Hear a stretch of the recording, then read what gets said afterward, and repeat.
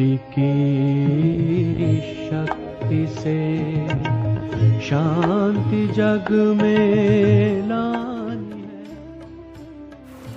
ओम शांति। शांति की शक्ति इस चैनल में आप सभी का स्वागत है। 18 जनवरी पिताश्री प्रजापिता ब्रह्मा बाबा, इनका दिव्य स्मृति दिवस। इस स्मृति दिवस के अवसर पर परमात्मा की शिक्षाएं हमें समर्थ और सशक्त बनाती है। प्रजापिता ब्रह्मा आदि देव, मानव सृष्टि के पिता। तो 18 जनवरी ये विश्व के इतिहास में पवित्रतम दिवस है, जब पिताश्री प्रजापिता ब्रह्मा बाबा ने अपनी संपूर्ण अवस्था को प्राप्त किया और सभी बच्चों के सामने 18 जनवरी को विशेष 18 शिक्षाएं देकर गीता के 18वें अध्याय का समापन किया। जिस प्रकार अर्जुन को पूरा ज्ञान मिला, गीता ज्ञान, लेकिन इतना ज्ञान सुनने के पश्चात भी अर्जुन जब भ्रमित हो गया तो उसने परमात्मा को कहा कि मुझे आप ज्ञान का सार सुनाओ। तो 18वें अध्याय में परमात्मा ने उसे कहा कि जीवन में अगर समर्थ बनना है तो ईश्वरीय स्मृति अत्यंत आवश्यक है, और ईश्वरीय स्मृति के लिए हमारे जीवन में नष्ट मोहा बनना ये उसकी प्राथमिकता है। तो एक शब्द में परमात्मा ने कहा, नष्टो मोहा स्मृतिर्लब्धा। तो आप देखें कि संसार में जो बच्चा रहता है वो बाप की प्रतिकृति रहता है, वो बाप की संपत्ति का नेचुरल वारिस रहता है। हर पिता अपनी संपत्ति का अधिकार अपने बच्चों को देता है, किंतु पिता के मन में ये एक शुभ आशा रहती है कि ये जो बच्चा है ये जिस प्रकार मेरे संपत्ति का वारिस है उसी प्रकार ये मेरे संस्कारों का भी वारिस रहे। इसलिए कहते हैं सन शोज फादर, भी बच्चा जो है वो बाप का नाम रोशन करता है।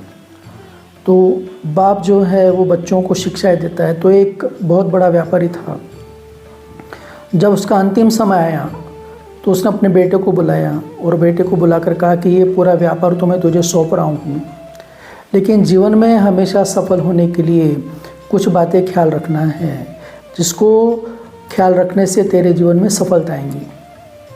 तो बेटा पूछता है पिताजी को कि बे ऐसी कौन सी शिक्षाएँ हैं। तो व्यापारी रहता है तो व्यापार की ही शिक्षा देगा। वो कहता है कि दुकान में छाँव रहते हुए जाना है और छाँव में ही आना है। दूसरा, मीठा खाना है, मीठा खिलाना है। तीसरी बात कहते कि जो किसी को देते हैं तो उसको वापस कभी मांगो नहीं, एक बार दिया तो मांगो नहीं। और ऐसा कह के पिता जो है वो अपने अंतिम श्वास ले लेता है। अब ये बेटा सोचते रहता है कि पिताजी ने मुझे कहा कि भाई छाँव में दुकान जाना है, छाँव में आना है, तो दुकान तो बहुत दूर है, तो पुराने ज़माने की बात है। तो अपने घर से लेकर दुकान तक पूरा एक शेड डाल देता है टीन का कि छाँव में जाऊंगा, छाँव में आऊँगा। उसमें उसका बहुत सारा पैसा चले जाता है। फिर पिता ने कहा मीठा खाओ, मीठा खिलाओ। तो जब भी कोई दुकान में आता है हर एक को मिठाई खिलाते रहता है और ख़ुद भी मिठाई खाता है। तीसरी बात, जब किसी को कुछ दो तो वापस लो नहीं। तो ये जब भी किसी को उधार देता है तो वापस मांगता नहीं है, तो उधारी वसूल नहीं होती है। 1 साल के अंदर क्या होता है कि शेड बनाने में इसका बहुत सारा धन खत्म हो जाता है।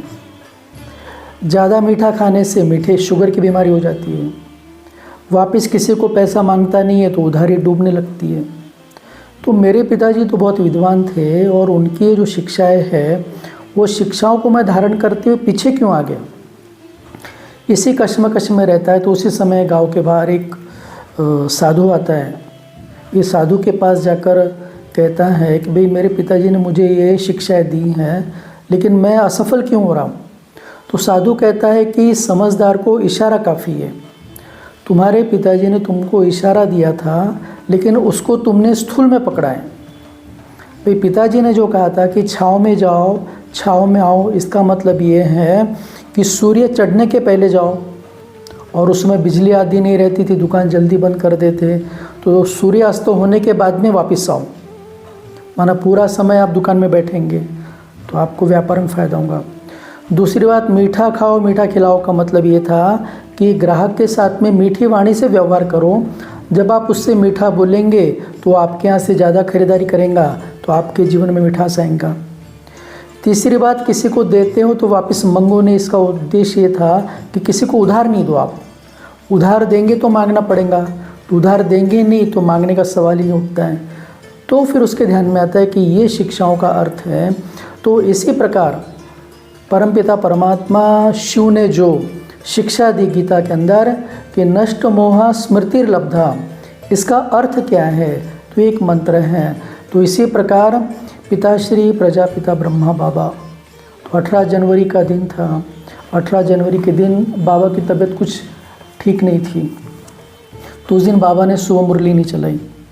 शाम को बाबा जब हिस्ट्री हॉल के अंदर मुरली चलाने के लिए आए हैं, तो बाबा ने कहा कि वो मुरली की जो पहली पॉइंट थी, तो 18 पॉइंट में से पहली पॉइंट ये थी कि बच्चे बाबा के पास आते हैं रिफ़्रेश होने के लिए।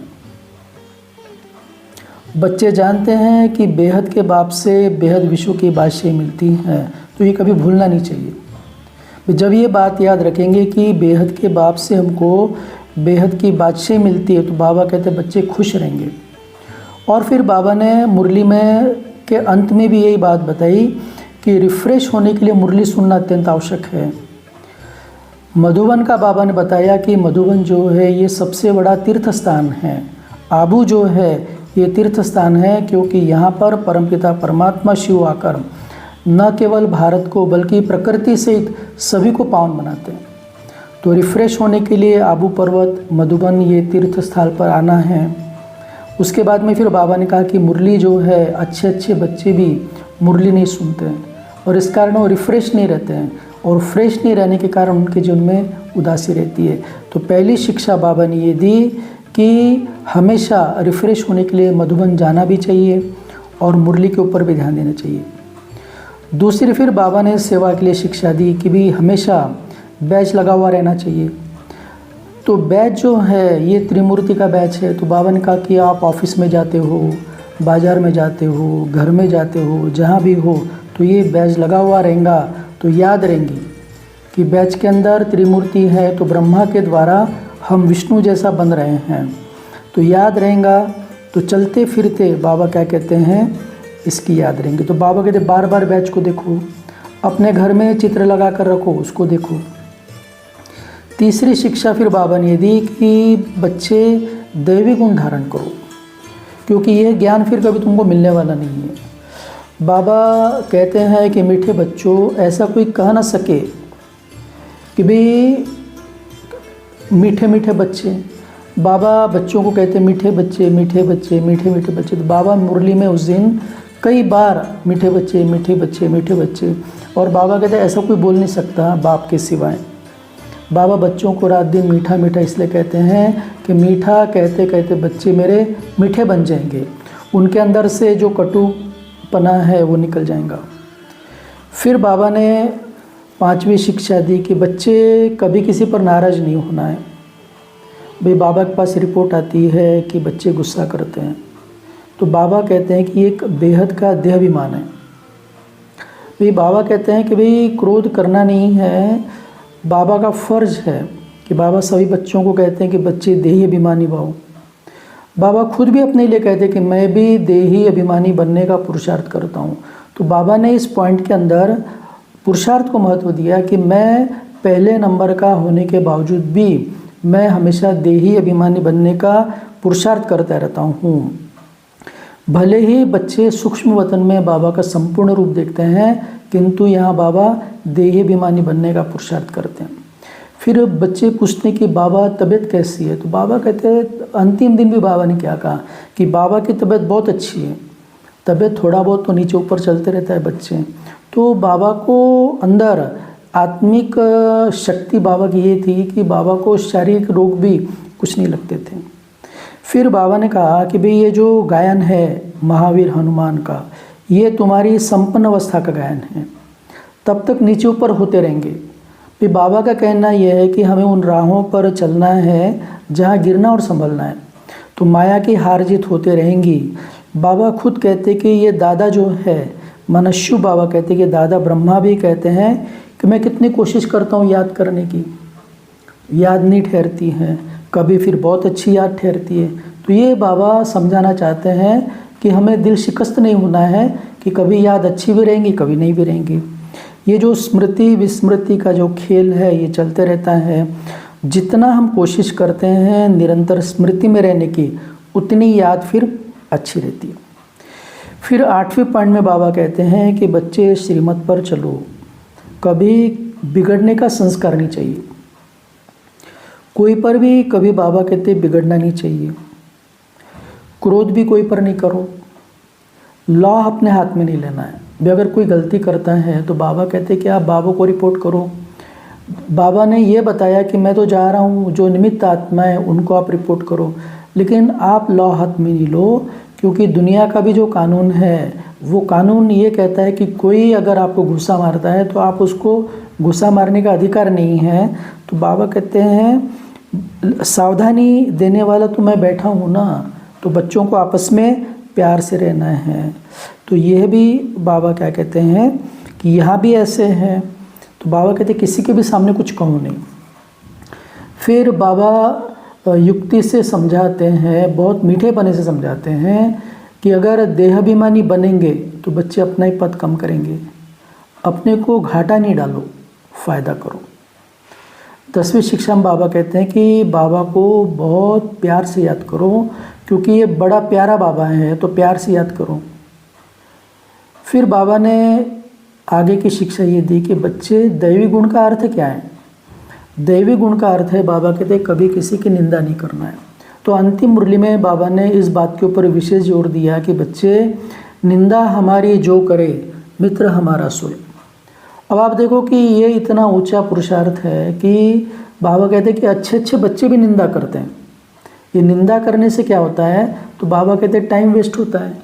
इससे तो आप बाबा की याद करो।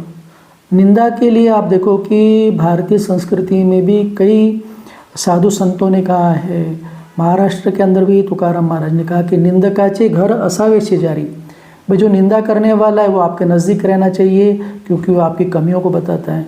तो बाबा ने ये कहा है कि मैं भगवान की कितनी निंदा करते हैं, फिर भी भगवान आकर मीठे मीठे बच्चे कहते हैं। तो बाबा का कहने का तात्पर्य है कि अगर आप किसी की निंदा करेंगे तो आपके मन में उसके प्रति नफरत आएंगी, और जब आप नफ़रत करेंगे तो वहाँ परमात्मा का प्यार नफ़रत की जगह ठहर नहीं सकता। तो बाबा ने मुरली के बीच में और मुरली के अंत में भी बाबा ने ये बात 2 बार हमको समझाया है कि इससे तो तुम्हारा टाइम वेस्ट हो रहा है, आप बाबा को याद करो। तो बाबा कहते हैं निंदा नहीं करना, ये बहुत अच्छी बात है। नम्रता को धारण करो, निरहंकार रहो। भाई बाप सुधारने वाला बैठा है, आप उसको समझाओ। फिर आगे बाबा कहते हैं कि ना किसी को याद करना है, ना किसी से बात करना बड़ा अच्छा है। भी बिना काम के किसी को याद करना, व्यर्थ बातें करना, तुमको तो विश्व की बादशाही मिलती है, सदा इस नशे में रहना है।